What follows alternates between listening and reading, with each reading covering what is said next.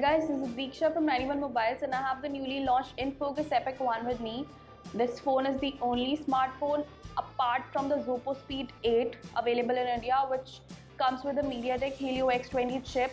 The X20 chip is a deca-core chip, and in fact it was the world's first processor which came with a tri-cluster core. So here are my first impressions of the InFocus Epic 1. Now, in terms of design, this phone does not stray from the standard design language that is being followed in this price segment. It's a full metal body smartphone with brushed metal finish on the back. It's got a fingerprint sensor right below the primary camera module, and apart from that, the rest of the port placement is pretty standard. Now, the back panel is slightly curved and the edges are really thin, so this offers a really good grip in the hands. For most part, you will be able to use it with a single hand. However, you definitely won't be able to reach corners. Now, one thing I didn't like about the design is the fact that this phone uses software navigation keys, and this space below the display is completely wasted. But overall, this phone definitely looks good. This display that you're seeing right here is a 5.5-inch Full HD display, and it comes with a layer of Corning Gorilla Glass on top to protect it against minor scratches. It definitely looks sharp, but overall colors slightly bent towards blue in my opinion. The viewing angles are average.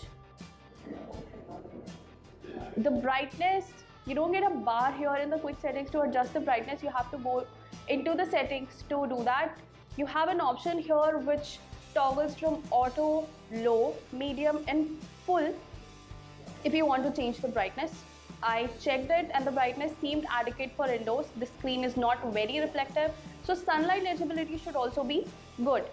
As I told you earlier, this phone is powered by a MediaTek Helio X20 chip and it has 3 GB of RAM.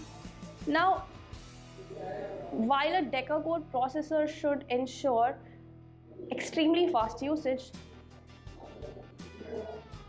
my short session with the phone had a couple of lags, minor lags, but they were there.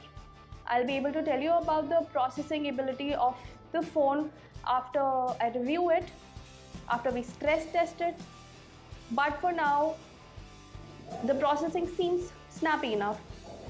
Now, in terms of storage, this phone comes with 32 GB of built-in memory, out of which you get about 25.5 GB for your personal use. The memory can be expanded up to 128 GB using a micro SD card, and there's USB OTG support as well. In terms of software, this phone gets Android Marshmallow, but there's a custom skin on the top, and that is why you don't find an app drawer. All the apps have been laid out on the home screens itself. Apart from the usual Google suite, you get some preloaded third-party applications like Facebook, Amazon, Flipkart, Explorer Keyboard, Beauty Plus Me, and Opera Mini browser. Now, this phone supports some basic motion controls as well. Apart from this, there's nothing special about the UI.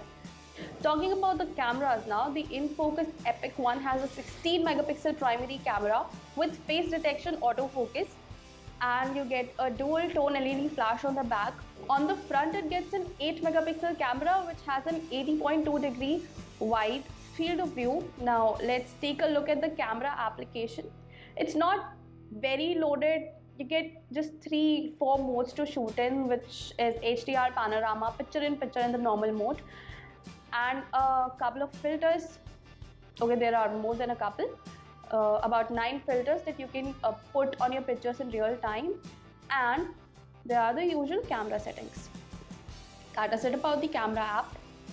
We'll be telling you about the shooting prowess of the phone in our full review, so make sure you wait for that. Till then, let's check out the battery. This phone is fueled by a 3000 mAh battery, which in our opinion should be enough for you to use this phone for a whole day easily. But there's a power saver mode as well, and it is customizable, so you can choose as to which services would you like to stop to extend the battery life, which is interesting.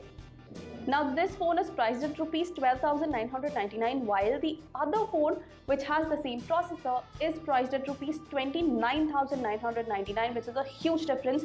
So the InFocus Epic 1 definitely has an edge Now, the direct competition to this phone would be the 2GB RAM variant of the Moto G4 Plus, which has a similar camera configuration. It just has laser autofocus as well. The rest of the camera configuration is same, and it's a dependable daily driver that we found in our review.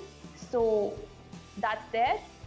And the newly launched 64GB variant of the Low Eco LE2 is another competition for this phone, but that phone struggles in the camera department, and we expect some good results from the Epic One. So all in all, right now it does look like a promising offering, and I'll be telling you whether or not should you spend your money on this phone in a full review, which will be out in no time, so make sure you wait for that. Till then, if you like the video, make sure you give it a thumbs up. If you have any queries, leave them in the comment section below, and subscribe to 91 Mobiles for daily updates on technology and gadgets. Thank you for watching.